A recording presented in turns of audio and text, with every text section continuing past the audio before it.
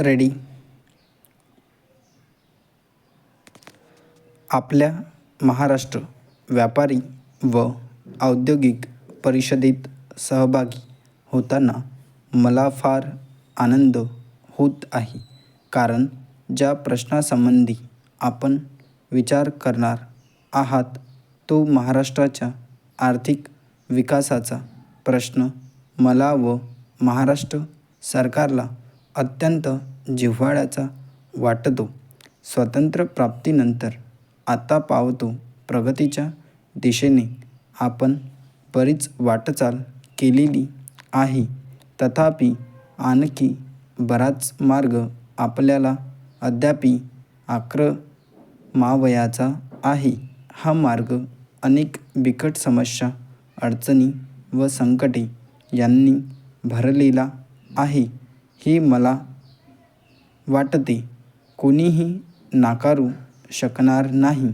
विकासापासून होणाऱ्या फायद्यांचा जेव्हा प्रश्न उपस्थित होतो, त्यामुळे प्रथम आपले गाव, नंतर ज्या राज्यात आपण राहतो ते राज्य आणि शेवटी आपल्या भारत देश, या सर्वांच्या गरजा आपल्या डोळ्यापुढे उभ्या राहून पुष्कळ वेळा आपल्या विचारांचा गोंधळ उडतो. अशा वेळी भारतरूपी कुटुंबाचे आपण घटक आहोत, ही गोष्ट आपण प्रथम लक्षात ठेवली पाहिजे आणि या भारतरूपी कुटुंबाचे जास्तीत जास्त कल्याण साधेल अशाच रीतीने आपण आपले सर्व व्यवहार आखले पाहिजेत. भारताचे दुःख तेच आपले दुःख आणि भारताचे सुख तेच आपले सुख असे प्रत्येकाने मानले पाहिजे. तथापि यांचा अर्थ असा नव्हे की आपण आपल्या निकटवर्ती विभागाचा विचारच करू नये किंवा स्थानिक सहानुभूती सामग्रीचा उपयोग भरपूर प्रमाणात करून घेण्याचा आपला हक्कच अजिबात सोडून द्यावा.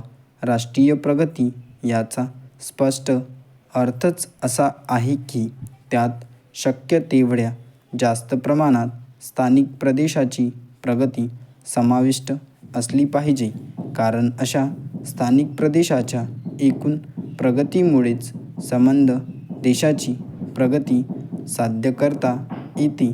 स्थानिक विभागाचा विकास ही कल्पना राष्ट्रीय विकासाला विरोधी असतेच असे नाही.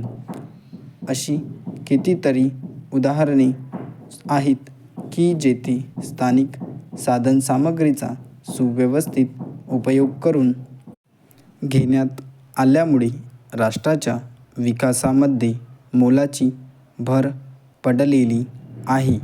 वस्तुस्थिती अशी आहे की ही समस्या प्रथम स्थानिक विकास की राष्ट्रीय विकास अशा स्वरूपाची नाही, तर देशाचा एकसंध विकास घडवून आणणे ही या समस्येचे खरे स्वरूप आहे. ज्याप्रमाणे एखाद्या जहाजाच्या तांड्याची गती सर्वात कमी वेग असणाऱ्या जहाजाने नियंत्रित होते, अथवा साखळीचा बळकटपणा हा जसा ती मधील सर्वात कमजोर दुव्यावरच अवलंबून असतो, त्याप्रमाणे संबंध देशाच्या दृष्टीने विचार केल्यास देशाचे सामर्थ्य हेही त्यातील सर्वात दुबळ्या असलेल्या घटकानेच नियंत्रित होत असते असे दिसून येईल. म्हणून अविकसित विभागाच्या या प्रदेशाचा आपण प्रथम विचार केला पाहिजे. ज्या विभागात विकासाची आवश्यकता आहे, जे विभाग सक्षम आहेत, जे विभाग स्वतःच्या विकासासाठी प्रयत्न करण्यास तयार आहेत, अशा विभागाची भौगोलिक स्थान, त्यांची भाषा, त्यांची संस्कृती अथवा इतर बाबी ह्यांचा विचार न करता आपण त्यांचा विकास घडवून आणला पाहिजे. दुष्काळी व अविकसित विभागांकडे विशेष लक्ष पुरवून आणि या विभागांना अधिक प्रगत झालेल्या विभागाबरोबर आणून संपूर्ण प्रदेशाचा समतोल विकास घडवून आणणे ही महाराष्ट्र राज्याची धोरण आहे.